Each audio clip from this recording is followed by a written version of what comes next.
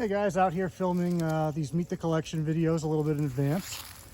So by now, I shot one earlier with that lovely girl that belongs to Rob over there. So she's just chilling. I put her over there for some pictures. She's been sitting there for about 20 minutes now. But we're gonna move on to the focus of this one, which is a Matrix Het T positive female blood python. She hails from cold-blooded Earth lineage. I believe she was produced by Nick. I got her from somebody local here who is getting out of their animals. And she has produced a clutch for me. I will possibly pair her this year if I feel like she's ready. Based on her mood, I definitely think she's developing some follicles. You can see she's very reactive right now, which she's often not this way. She was this way when I went into her cage, and obviously she's remaining this way outside. You can see she's very reactive to me approaching her and just wants to be away from me. So I definitely think that she's in that zone where she just wants to pound food and be left alone. Pretty animal, nice reds. I had paired her with my T positive Matrix, who's been on the channel in the past. Same male that I paired to Raiden. I did get a clutch from her. I didn't keep any holdbacks from that clutch. I'm trying to think if anybody on this channel has babies from that pairing. I know I have the Matrix that I showed off on the live video that I said belonged to Lindsay is from this female here, from that pairing. God, she's mad.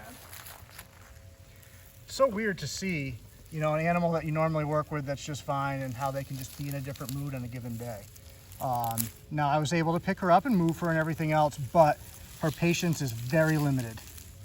And so, you know, if you were to push her too far, she would definitely strike right now, just because she's in that kind of a mood. She's got that real classic kind of Matrix neck pattern that you see pretty often. She is a red-headed blood python. A lot of my stuff is the lighter head color, although my batik looks to be leaning darker. And then also my T positive Matrix male does have the darker head, so the babies that came out of them I would think would lean much more red-headed. I like both looks, but in the T positive variations I probably prefer the whiter heads, and so that's why more of what I have is going that direction. So we'll see. There's a possibility that she'll get paired this year, and it'll be between one of three males. It'll either be the T positive batik or the T positive 007 if one of those two is ready, or it could possibly be the T positive Matrix again. Now she's not, a lot of my animals are streamlined for specific projects. She was an animal that kind of just dropped into my lap, so I didn't have a lot of foresight with her, but she's nice red color. She's from quality lineage, and she, you know, is a nice healthy animal. So I had the opportunity to get her. I took it. I bred her. I liked the babies. I didn't hold back anything from that clutch because I had Raiden's clutch that year, and Raiden's clutch was a little more important. That was the direction I was heading in. It's funny. First she wants to get away from me, and now all she wants to do is follow me around. Now you can see the contrast of her leaving the sunlight and coming into the shade. Don't bite my phone, jerk. Listen, you're coming up at my phone. It's like I hate you. You see that real red head there though. And I like the burnt side look. She's right on that edge where she just looks like she's ready to explode and be really red, but she just kind of stopped right where she's at. Very, very red animal, obviously not, you know, a lack of quality here by any means, but she's not quite to that like Ron Burgundy hump where Ron kept going a little bit further. And obviously she has days where she's fired up and fired down. When she laid her clutch, she looked phenomenal that day, like just great. So it was really cool to see how pretty she was. Personality-wise, in normal circumstances, she is always a more active animal than some of the others. Like I said, you know, Rob's ocelot's still sitting in the same place she's been for 20 minutes. She hasn't moved since I put her down there, not 1 inch. Whereas this animal hasn't really stopped moving much the entire course of this video. But that is much more her personality. She is much more on the go, always has been. And she always has had less patience than some of my other animals. So she's not looking to bite first. She's not looking to be a jerk. But if she gives you signs that she's done and you don't follow through, she will actually take it to that level and she will strike at you. And of course any animal can, but she's just, you know, if you push her and she's giving you warnings and been fair, then she has no problems letting you know enough is enough. Like right now you can see that classic position, how she's approaching, the way her body's moving. She's very, very stimulated, very excited. And excited doesn't mean good or bad, just, you know, she's very amped up, very high strung right now. And she's definitely very, very hungry. Oh, see, there she goes. She definitely wants food. The moment I opened her cage, she came right out, expected that I was going to be feeding her, and was very disappointed that I wasn't.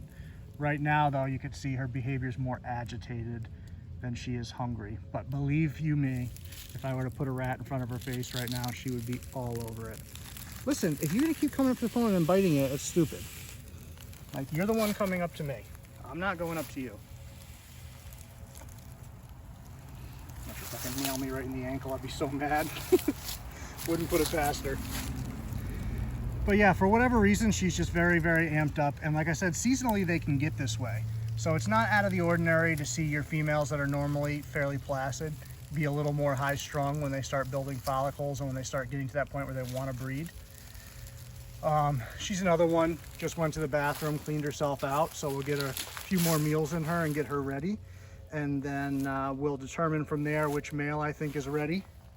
And she's actually, look how great she looks right there. I love that contrast. I'm not sure, like I said, which male I'm going to go with. I'm going to go with my gut when the time comes. And, you know, my T-positive 007, I have another pairing in mind for him that's more important to me. So with new males especially, you don't want to spread them thin. So he will go to that pairing first.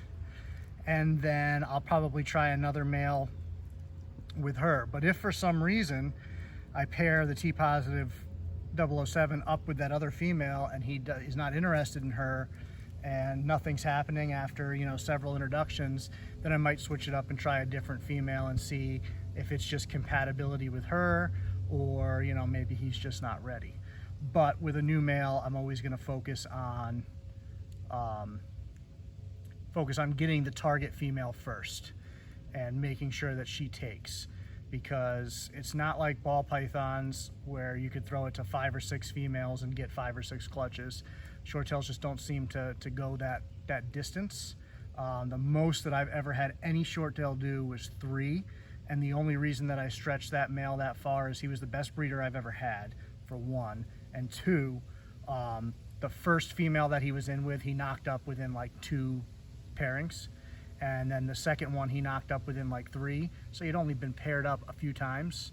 So I felt like he had some gas left in the tank. Whereas if a female's not taking as early and you're pairing them up 6, 7 times, it takes a lot of juice out of them. So it's harder to think it would be viable, you know, production-wise and fertility-wise, but also just you know, mental and physical health of the animal. You don't want them, you know, going too crazy. Kind of want to. You have to think of their best interest, because in the wild they're not going to come across a bunch of females that are just sitting there ready and all cycled and ready to go to Pound Town and go crazy. You know, there's a lot more work involved for them to find mates and then have her be receptive, have her be ready, you know, all that kind of stuff, avoid predation. So in captivity, it's such a perfect environment that we can kind of overwork them more than they're designed for. So you always want to keep that in mind. So once again, T-positive matrix, or Het T-positive matrix, excuse me. So that means visually, all you see is matrix, but she does carry the genetics to make albino, which she is proven by me when I bred her. So I know that that's true. You know, sometimes with hets, you don't always know what you're buying, but I did breed her to a T-positive animal and got T-positive offspring, which you couldn't do unless she was heterozygous. So we will keep you updated on her progress and keep you updated on what I decide to pair her with in the future here, especially in the membership areas. A lot of my breeding related content is going to be in there.